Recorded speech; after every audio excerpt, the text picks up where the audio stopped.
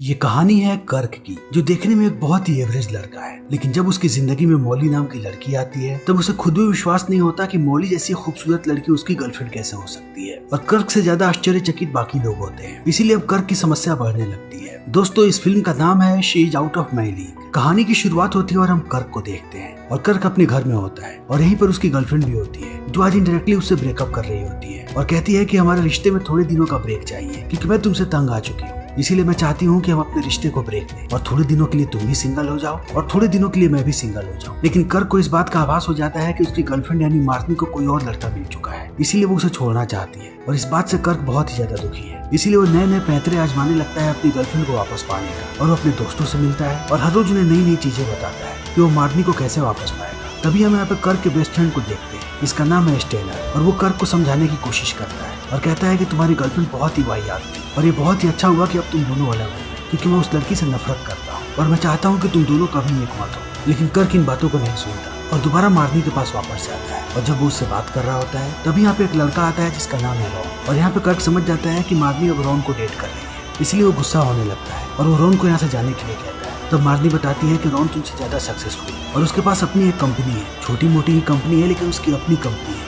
वो पिज्जा बनाता है। लेकिन तुम्हारे पास क्या है, तुम एयरपोर्ट पे बस लोगों की चेकिंग करते हो, तुम बस एक टीएसए एजेंट हो। और अब इन बातों को सुनने के बाद कर्क को बहुत बुरा लगता है, फिर भी वो मार्नी के लिए यहाँ पे एक गिफ्ट लाया होता है, वो उसे देने की कोशिश करता है, लेकिन मार्नी उन गिफ्ट्स को नहीं लेती और कर्क यहाँ से चला जाता है। और अगले दिन जब वो काम पे होता है तभी यहाँ पे एक बहुत खूबसूरत लड़की की एंट्री होती है और ये लड़की होती है मॉली, और इसे देखने के बाद सारे लोग अब चकाचौंध हो जाते हैं और सब उसे ही घूर रहे होते हैं। और जब वो चेकिंग करवाने के लिए आती है तब इसका मैनेजर कहता है कि अब मैं इसके कपड़े उतरवाऊंगा और तब मैं इसकी चेकिंग करूंगा, और अब यहाँ का मैनेजर इसके मजे लेने लगता है और कर्क से ये बातें नहीं देखी जाती, इसीलिए वो मॉली के पास जाता है और वो मैनेजर को हटा देता है और मॉली भी इस बात को समझ जाती है, इसीलिए वो कर्क का शुक्रिया अदा करती है और उसे अपना नाम भी बताती है और यहाँ से चेकिंग करवाने के बाद चली जाती है प्लेन में। लेकिन वो जैसे ही जाकर के बैठती है उसे पता लगता है कि वो अपना फोन कहीं भूल चुकी है। तभी यहाँ पे हम मॉली की दोस्त को देखते हैं जिसका नाम है पैटी, और पैटी मॉली के फोन पे कॉल करती है। तभी इस फोन को कर्क उठाता है और कहता है कि तुम इस फोन को चेक पॉइंट पर ही भूल गई थी, मैं भी कुछ जुगाड़ लगाता हूँ और तुम्हारे फोन को भिजवाता हूँ प्लेन में। तब मॉली कहती है कि ऐसा मत कर, तुम इस फोन को अपने पास रख और मैं कल वापस आ रही हूँ और यहाँ के म्यूजियम में एक इवेंट है, तुम मुझे वहाँ पर मिलो और वहीं पर इस फोन को वापस दे देना। और कर्क भी इस फोन को रख लेता है और अगले दिन वो उस म्यूजियम में जाने लगता है और यहाँ पे उसके साथ उसका दोस्त भी होता है जिसका नाम है डेवन, और डेवन को वो पूरी बातें बताता है। तब डेवन कहता है कि यहाँ पे तुम्हारे चांसेस है और मुझे लगता है कि मॉली तुम्हें पसंद करने लगी है। लेकिन कर्क इन बातों पर विश्वास नहीं करता और कहता है कि जरा मॉली को देखो और फिर मुझे देखो, तुम्हें क्या लगता है कि मॉली मुझे पसंद करेगी। और अब कर्क जल्दी ही पहुंच जाता है पार्टी में। फिर वो एक लड़की से पूछता है कि यहाँ पे मॉली कहाँ मिलेगी, तब वो बताती है कि वो मॉली की बहन है और इतना कहने के बाद वो उसे मॉली के पास भेजती है। तब कर्क मॉली को उसका फोन देता है और कहता है कि अब हम लोग यहाँ से निकल रहे हैं। तब मॉली उसका शुक्रिया अदा करती है लेकिन उसे रुकने के लिए कहती है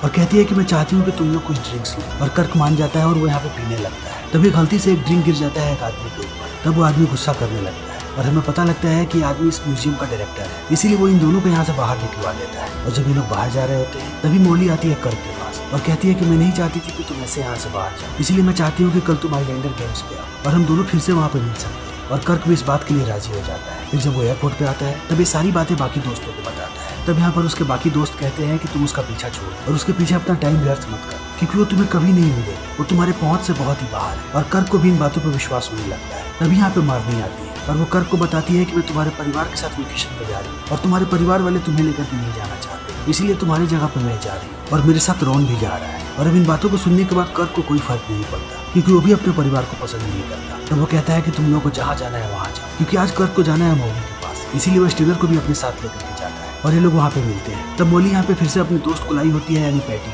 लेकिन जैसे ही पैटी यहाँ से बाहर जाती है स्टेनर उसके पीछे जाने लगता है क्योंकि वो भी मॉली को पसंद करने लगा है। तभी पैटी कर्क से कहती है कि तुम्हें मॉली पसंद करने लगी है, इसलिए तुम्हें उसका ध्यान रखना चाहिए और उसके इशारों को समझना चाहिए। और अब इन बातों को सुनने के बाद कर्क को विश्वास नहीं होता है कि उसके साथ क्या हो रहा है, इसीलिए जब वो वहाँ से आता है तब स्टेनर से पूछने लगता है। तब स्टेनर कहता है कि इस बात का कोई सर पैर नहीं है, मुझे नहीं लगता कि मॉली तुम्हें पसंद करती है और पैटी तुम्हारे साथ लगता है मजाक कर रही थी, क्योंकि तुम और मॉली कभी भी एक नहीं हो सकते। तभी यहाँ पे मॉली का फोन आता है और मॉली कर्क को कहती है कि उसके साथ बाहर जाना चाहती है डिनर पे, और कर्क इस बात को सुनने के बाद समझ जाता है कि ये एक डेट है, इसीलिए और भी ज्यादा कंफ्यूज होने लगता है और वो समझ नहीं पाता है कि उसके साथ क्या हो रहा है। तब स्टेनर उसे बार बार डिमोटिवेट करने की कोशिश करता है और कहता है कि तुम इस बात को कभी मत भूलना और कभी अपने लिए एक्सपेक्टेशंस मत बनाना, वरना तुम्हारे हाथ सिर्फ और सिर्फ निराशा लगेगी। लेकिन कर्क इन बातों को भूलने के बाद मॉली के साथ चला जाता है डेट, और जब वो लोग एक रेस्टोरेंट में खाना खा रहे होते हैं तभी कर्क को एहसास होता है कि वो जो कपड़े पहन करके आया है वैसे ही कपड़े यहाँ के वेटर्स पहनते हैं, इसीलिए वो बहुत ही ज्यादा फ्रस्ट्रेट हो जाता है और जैसे ही यहाँ से बाहर जाता है उसे कैम नाम का एक आदमी मिलता है जो मॉली का एक्स बॉयफ्रेंड है। लेकिन मॉली जल्दी ही कैम को यहाँ से भगा देती है और वो कर्क से बताती है कि वो पहले एक लॉयर हुआ करती थी और कर्क मॉली से ऐसे ही बातें करते रहता है। फिर वो उसे घर छोड़ने जाता है तब मॉली उसे किस करती है और कर्क को विश्वास नहीं होता कि उसके साथ क्या हो रहा है। इसीलिए वो अपने दोस्तों को ये सारी बातें बताता है और कहता है कि मुझे बहुत ही ज्यादा खुशी है, इसीलिए मैंने उसे कल अपने पेरेंट्स के साथ मिलने के लिए इनवाइट कर लिया है और वो मेरे घर पे ही डिनर करने वाली है। और इस बात को सुनने के बाद उसके दोस्त कहते हैं कि तुमने सब सत्यानाश कर दिया, इतनी जल्दी उसे नहीं पूछना था, अब देखो कि क्या होता है। लेकिन कर्क ज्यादा इनकी बातें नहीं सुनता और अगले दिन वो मॉली को लेकर के पहुंचता है अपने घर और कर्क के माता पिता जैसे ही मॉली को देखते हैं वो एकदम भौचक्का रह जाते हैं क्योंकि इतनी खूबसूरत लड़की कर्क के साथ कभी नहीं हो सकती, उनका यही मानना था। और अब मॉली को देखने के बाद सारे लोग ऐसे ही आश्चर्यचकित हैं और यहाँ पे रॉन भी मॉली पे लाइन मारने की कोशिश कर रहा है और मॉली को देखने के बाद सबसे ज्यादा यहाँ पे जेलस है मार्नी, क्योंकि उसे विश्वास नहीं हो रहा कि कर्क को ऐसी लड़की कैसे मिल गई, क्योंकि मॉली मार्नी से बहुत ही ज्यादा बेटर है। इसीलिए मार्नी यहाँ पे बार बार बेइज्जती करने की कोशिश करती है कर्क की और वो मॉली को ये भी बताती है कि वो उसकी गर्लफ्रेंड हुआ करती थी। लेकिन मॉली को इन सारी बातों से कोई फर्क नहीं पड़ता और वो ऐसे ही सबको प्रभावित करती रहती है। तब कर्क की माँ से पूछती है कि क्या तुम हमारे साथ फैमिली वेकेशन पे चलना चाहोगी, और वो हाँ भी कह देती है और मार्नी को ये बात बिल्कुल भी अच्छी नहीं लगती। फिर कर्क मॉली को उसके घर छोड़ने जाता है तब मॉली उसे ऊपर लेकर के जाती है अपने अपार्टमेंट में और यहाँ पे ये दोनों इंटीमेट होने लगते हैं। लेकिन मॉली इतनी हॉट है कि उसे देखने का कर्क का प्रीमेच्योर इजैकुलेशन हो जाता है और वो चीजें उसके पैंट पे दिख रही होती है। तभी यहाँ पे मॉली का दरवाजा बजता है और जब वो दरवाजा खोलती है तो वो दरवाजे पे अपने माता पिता को पाती है और वो उन्हें लेकर के आती है कर्क से मिलवाने के लिए। लेकिन कर्क अपने पैंट को छुपा रहा होता है, इसलिए वो बहुत ही अजीबोगरीब बिहेव कर रहा होता है। तभी यहाँ पे एक कुत्ता आ जाता है और वो उसके पैंट के पीछे लग जाता है, इसीलिए कर्क यहाँ से भाग जाता है। और इस चीज को देखने के बाद सारे लोगों को लगता है कि कर्क बहुत ही बदतमीज लड़का है और मॉली को समझ में नहीं आता कि आखिर कर्क ने यहाँ पे क्या किया। फिर कर्क वापस जाकर के अपने दोस्तों को ये सारी बातें बताता है तब वो लोग कर्क पे हंसते हैं। तभी यहाँ पे मार्नी आती है और वो कर्क से कहती है कि मैं रॉन को छोड़ रही हूँ और मैं चाहती हूँ कि हम दोनों फिर से एक हो जाएं। लेकिन कर्क उसे मना कर देता है और कहता है कि मैं मॉली से सच में प्यार करता हूँ और मार्नी यहाँ से गुस्सा होकर के चली जाती है। तब कर्क ये बातें अपने दोस्तों को बताता है और कहता है कि वो मॉली को सच में चाहता है। लेकिन कल रात जो कुछ भी हुआ उसके बाद से मॉली उसका फोन नहीं उठा रही। तब स्टेनर उसे फिर से डिमोटिवेट करने लगता है और कहता है कि शायद यही तुम लोगों के रिश्ते का अंत है। लेकिन उसके बाकी दोस्तों से कहते हैं कि तुम्हें एक और कोशिश करनी चाहिए और एक आखिरी बार तुम्हें मॉली से बात करनी चाहिए। इसीलिए अब कर्क जाता है मॉली के इवेंट में जिसे उसने ही ऑर्गेनाइज किया है और वहाँ पे उसकी मुलाकात होती है मॉली से। लेकिन अब मॉली उसे बात नहीं करना चाहती। तब कर्क उसे पूरी बात बता देता है और कहता है कि तुम जैसी हॉट लड़की मैंने अपनी पूरी जिंदगी में नहीं देखी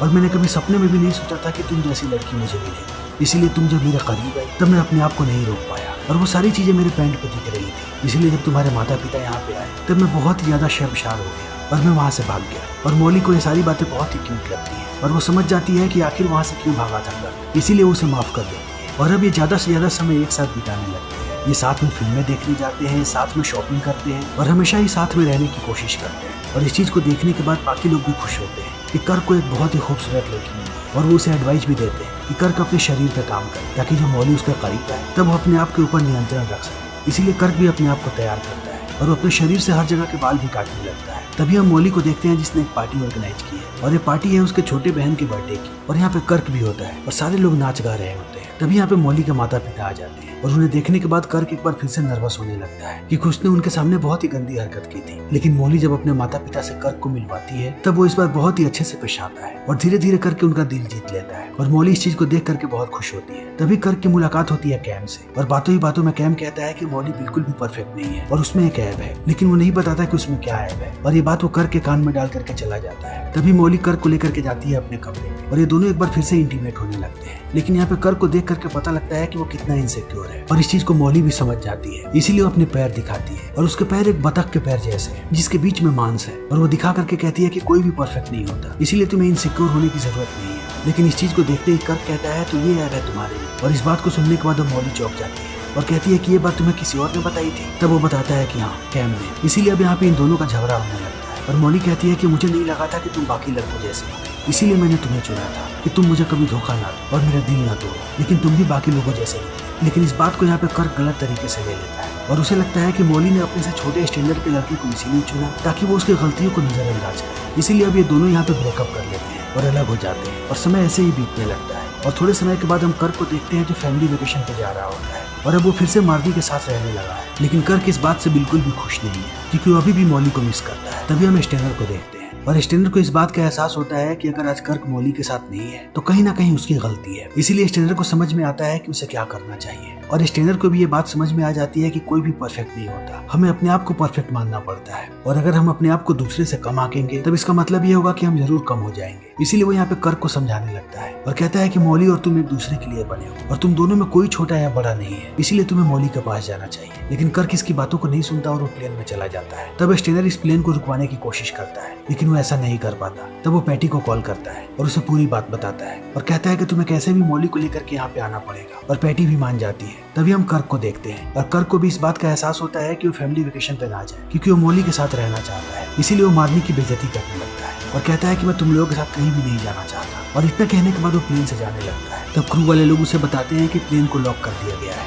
और अब कोई भी नीचे नहीं उतर पाएगा। इसीलिए कर्क जाकर के वापस बैठ जाता है। तभी यहाँ पे मॉली आ जाती है और कर्क उसे पूरी बात समझाता है और मॉली को भी इस बात का एहसास होता है कि उसने गलत किया है कर्क के साथ और वो कर्क की इनसिक्योरिटीज को कभी समझ ही नहीं सकी। इसीलिए वो भी कर्क के पास जाना चाहती है। तभी इन्हें पता लगता है कि अभी प्लेन नहीं रुक सकता। इसीलिए अब स्टेनर अपने दोस्त को कॉल करता है और कहता है कि प्लेन को कैसे भी रुकवाओ। तब वो हर जगह अनाउंस करवा देता है कि प्लेन में कोई गड़बड़ी है और वो उसे रिपेयर करने चला जाता है। तब सारे पैसेंजर्स को नीचे उतार दिया जाता है और अब कर्क भागने लगता है एयरपोर्ट की तरफ। तब मार्नी उसके पीछे पीछे भागने लगती है उसे रोकने के लिए और वो बीच बीच में कर्क को मारने की भी कोशिश करती है ताकि वो घायल हो जाए और दरवाजे तक ना जा सके। लेकिन कर्क कैसे भी उठ खड़ा होता है और वो जल्दी ही पहुंचता है मॉली के पास। तब वो मॉली से माफी मांगने लगता है अपनी इनसिक्योरिटीज के लिए। लेकिन मॉली कहती है कि मुझे इन बातों से कोई फर्क नहीं पड़ता, मैं सिर्फ चाहती हूँ कि हम दोनों एक साथ रहें। और कर्क भी यही चाहता है। इसीलिए वो समझ जाता है कि ये दोनों एक दूसरे के लिए ही बने। फिर ये दोनों एक दूसरे को किस करते हैं और इसी के साथ ये फिल्म यहीं पे खत्म हो जाती है। तो दोस्तों हमारी आज की ये वीडियो यहीं पे खत्म होती है। अगर आपको हमारी ये वीडियो पसंद आई हो तो इसे लाइक करें, शेयर करें और चैनल को सब्सक्राइब करें। Thank you.